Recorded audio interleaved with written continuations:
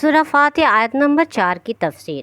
عبادت کا لفظ بھی عربی زبان میں 3 معنوں میں استعمال ہوتا ہے۔ پہلا پوجا اور پرستش، دوسرا اطاعت اور فرما برداری، تیسرا بندگی اور غلامی۔ اس مقام پر تینوں معنی بیک وقت مراد ہیں، یعنی ہم تیرے پرستار بھی ہیں، مطیع فرمان بھی اور بندہ و غلام بھی۔ اور بات صرف اتنی ہی نہیں ہے کہ ہم تیرے ساتھ یہ تعلق رکھتے ہیں، بلکہ واقعی حقیقت یہ ہے کہ ہمارا یہ تعلق صرف تیرے ہی ساتھ ہے۔ ان تینوں معنوں میں سے کسی معنی میں بھی کوئی دوسرا معبود نہیں ہے ہمارا، یعنی تیرے ساتھ ہمارا تعلق محض عبادت ہی کا نہیں ہے، بلکہ استعانت کا تعلق بھی ہم تیرے ہی ساتھ رکھتے ہیں۔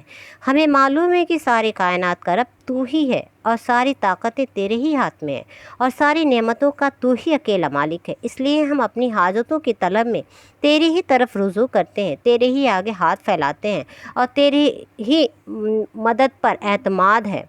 اسی بنا پر ہم اپنی یہ درخواست لے کر تیری خدمت میں حاضر ہو رہے ہیں۔ عام لفظوں میں کہا جائے تو بات ہے کہ ہمیں اللہ تعالیٰ کے سوا کسی کی عبادت نہیں کرنی چاہیے اور نہ ہی کسی کے سامنے ہاتھ پھیلانا چاہیے، کیونکہ ساری کائنات کا رب صرف ایک ہی ہے۔ لیکن اس کے برعکس اگر کوئی اللہ کے سوا کسی اور سے اپنے خواہشوں کے لیے ہاتھ پھیلاتا ہے تو یہ شرک ہے اور شرک کی بخشش نہیں ہے۔ سورہ فاتحہ میں اللہ تعالیٰ نے کھول کر بیان کر دیا ہے، ایاک نعبد و ایاک نستعین، یعنی ہم تیری ہی عبادت کرتے ہیں اور تجھ ہی سے مدد مانگتے ہیں۔